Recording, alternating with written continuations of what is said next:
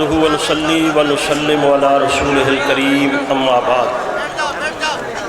انتہائی واجب الاحترام قائدین اہل سنت، قابل تکریم بزرگوں، دوستوں، نوجوان ساتھیوں، جامعہ حیدریہ خیر پور سندھ میں سالانہ امام اہل سنت کانفرنس اپنے سابقہ روایات کو مد نظر رکھتے ہوئے بڑی آب و تاب کے ساتھ انعقاد پذیر ہے۔ قائد سندھ حضرت مولانا علامہ ثناء اللہ حیدری صاحب، علامہ محمد عبداللہ سندھی صاحب اور دیگر ذمہ داران کو میں اس کامیاب کانفرنس پر مبارکباد پیش کرتا ہوں۔ خطابت کے شاہ سوار سمندر کو کوزے میں بند کر چکے اور مشن جنگوی کے وفادار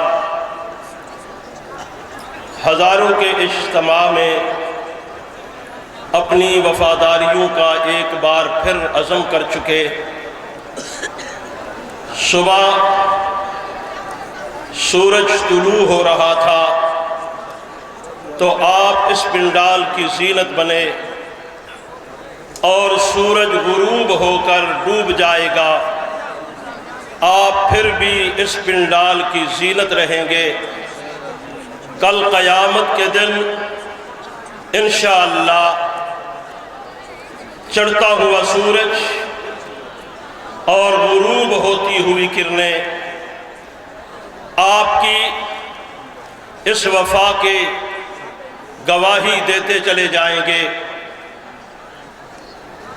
میرا عنوان تو علامہ سندھی صاحب نے صحابہ کرام کی قربانیاں رکھا ہوا ہے۔ میں صرف ایک بات عرض کروں گا کہ آج سے کوئی 36 سال قبل کی بات ہے، گلشن حیدری شہید میں ہم دیکھتے تھے کہ ایک کانفرنس جس کا عنوان دفاع صحابہ تھا، اس میں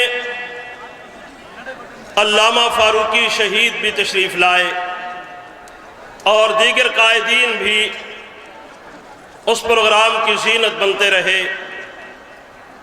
لیکن کچھ سالوں سے اس پنڈال میں اور اس گلشن میں سال میں ایک نہیں 2 کانفرنسیں ہو رہی ہیں۔ میں نے سوچا پہلی کانفرنس کس مقصد کے لیے تھی اور اب یہ دوسری کانفرنس کس کے لیے ہے،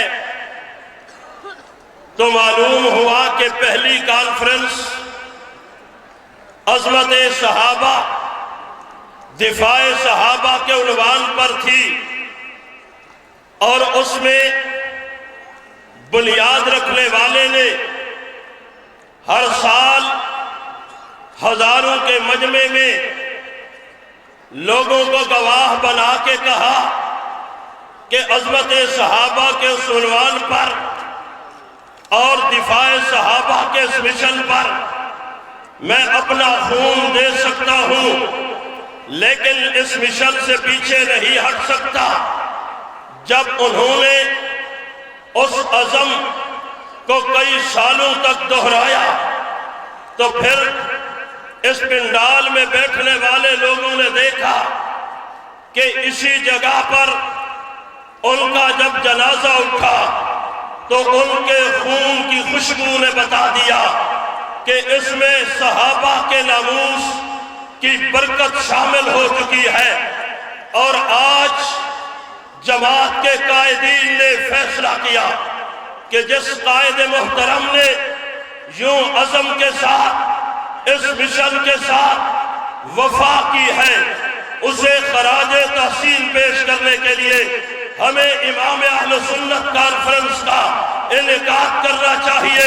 میں بحیثیت ذمہ دار یہ بات عرض کرنا ضروری سمجھتا ہوں کہ آپ سال میں جب 2 مرتبہ جامعہ حیدریہ میں تشریف لاتے ہیں تو آپ کو 2 عزم کرنے چاہیے۔ پہلا عزم تو وہی ہے جو علامہ علی شیر حیدری نے کیا کہ میں زندگی کے آخری سانس تک اور خون کے آخری قطرے تک میں ناموس صحابہ کا دفاع کرتا رہوں گا۔ عزم کرتے ہیں یا نہیں کرتے؟ ہاتھ فضا میں بلند کر کے کہیے۔ میں آپ کو کھڑے ہونے کی دعوت نہیں دیتا، میں بار بار یہ یقین بھی نہیں دلاتا کہ ہم علامہ لدھیانوی صاحب یا علامہ فاروقی صاحب پر مکمل اعتماد کرتے ہیں۔ میں اس لیے نہیں دہراتا کہ ہم مسلح حق نواز پہ کھڑے ہونے والے پہ ہمیشہ اعتماد کرتے رہے ہیں اور آج بھی کر رہے ہیں، اور علامہ فاروقی صاحب کی قربانیاں، عزم، ان کا ولولہ اور ان کی جرأت و بہادری اور عظمت صحابہ کے لیے ان کی مجنوں بن کر، دیوانہ بن کر جو انہوں نے اس پاکستان کی فضاؤں کو واہ صحابہ واہ کا نعرہ دیا ہے، یہ ان کی اپنی مثال ہے۔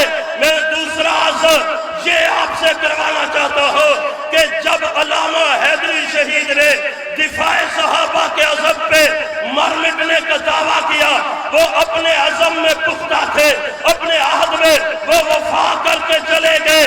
ہمیں بھی ان کے عزم کے ساتھ عزم کر کے ان کے مشن سے وفا کرنی چاہیے یا نہیں کرنی چاہیے؟ اگر وفا کرنا چاہتے ہیں پھر ہاتھ فضا میں بلند کر کے ایک وعدہ کیجئے۔ آج امام اہل سنت کانفرنس ہو رہی ہے، ہم علامہ حیدری شہید کو خراج تحسین پیش کر رہے ہیں۔ 2 مہینوں کے بعد یا 3 مہینوں کے بعد ان کی اپنی کانفرنس جس کی بنیاد انہوں نے رکھی تھی، اس کانفرنس میں بھی آپ تشریف لائیں گے یا نہیں لائیں گے؟ ہاتھ فضا میں کھڑا رکھیے۔ ایک اور بات کرنا چاہتا ہوں، آپ اکیلے آئیں گے یا اس دفاع صحابہ کانفرنس میں یہاں پر موجود ہر شخص یہ وعدہ کرے کہ میں ایک نہیں بلکہ ان 2-3 مہینوں میں اتنی محنت کر کے آؤں گا کہ میرے ساتھ 5 بندے ایسے ہوں گے جو میرے وعدے اور میرے جو ہے لوگوں کو دعوت دینے کی بنیاد پہ میرے ساتھ آئے ہیں، تو پھر میں سمجھوں گا کہ یہ پروگرام کامیاب ہو گیا ہے کہ یہاں بیٹھنے والے ہر شخص نے ایک نہیں بلکہ 5-5، 4-4، 10-10 بندے لانے کا وعدہ کیا ہے۔ 3 مہینے کے بعد اس پنڈال میں جگہ نہیں ہونی چاہیے، ہم کہیں کہ یہ تاریخ ساز اجتماع ہے اور عزم کرے کہ جب تک ہماری زندگی ہے یا ہماری آنے والے نسلیں ہیں، ہم اسی مشن پہ انشاءاللہ کام کرتے چلے جائیں گے۔ میں عنوان پہ بات کرتا ہوں، 1 منٹ۔ عنوان ہے عظمت صحابہ، صحابہ کرام کی قربانیاں۔ 2 جملوں میں بات عرض کرتا ہوں۔ اگر آپ 23 سالہ دور نبوت دیکھیں، ہر چڑھتا ہوا سورج، ہر ڈوبتا ہوا سورج، رات کی چاندنی، تاریک رات ہو یا روشن رات، رسول اللہ کے صحابہ کی قربانیوں کی گواہ ہے۔ 13 سال تک مکے میں اصحاب رسول نے جو قربانیاں دی ہیں وہ ایک تاریخ کا حصہ ہے، لیکن وہ قربانی بحیثیت انسان، بحیثیت بشر بڑی انوکھی ہے کہ وہ لٹے ہوئے لوگ، انگاروں پہ تڑپنے والے لوگ، بے سر و سامانی کے عالم میں اپنے پیغمبر سے وفا کرنے والے لوگوں کو آواز مشیت آتی ہے، ایک قربانی اور دو، اپنا گھر چھوڑو اور ہجرت کر کے مدینہ چلے جاؤ۔ یہ میں سمجھتا ہوں انگاروں پہ تڑپنے سے بھی زیادہ قربانی ہے کہ وطن چھوڑو، بیوی بچے رشتہ دار چھوڑو۔ وہ قربانی صحابہ نے دی ہے یا نہیں دی ہے؟ بولیے بولیے، میں بات عرض کرنا چاہتا ہوں۔ وہ قربانی دی ہے، ہجرت کر کے چلے گئے، اور اعلان کرنے والے نے ان کے اس قربانی کو دیکھ کے انہیں والسابقون الاولون من المہاجرین والانصار کہہ دیا۔ اور اس کے بعد ایک آخری قربانی ہے جو صحابہ نے کمال کر دی ہے کہ میدان عرفات میں آنے والے لوگ جیسے آج یہاں آپ جمع ہے، اسی طرح ایک عبادت فریضہ ادا کرنے والے لوگ سامنے کھڑے تھے۔ میرے آقا نے ارشاد فرمایا کہ میں تو مبلغ بن کے آیا تھا، میں تو دعوت دینے والا تھا۔ یا ایھا الرسول بلغ ما انزل الیک من ربک کا مصداق بن کے آیا تھا، لیکن میں نے جو کچھ پہنچانا تھا بتلائیے میں نے تم تک پہنچایا یا نہیں پہنچایا؟ فضا میں آواز بلند ہوئے، پہنچایا ہی نہیں، پہنچانے کا حق ادا کر دیا ہے۔ تو پھر کہا اگر میں نے حق ادا کیا ہے، تمہاری ذمہ داری ہے، تمہاری ڈیوٹی ہے، تمہارے ذمہ ہے یہ کہ بلغوا عنی ولو آیا۔ اگر ایک بات بھی مجھ سے آپ تک پہنچی ہے اسے دوسرے لوگوں تک پہنچائیے۔ پھر صحابہ نے کمال کر دی ہے، پتہ بھی چل گیا، ریاست قائم ہو گئی ہے۔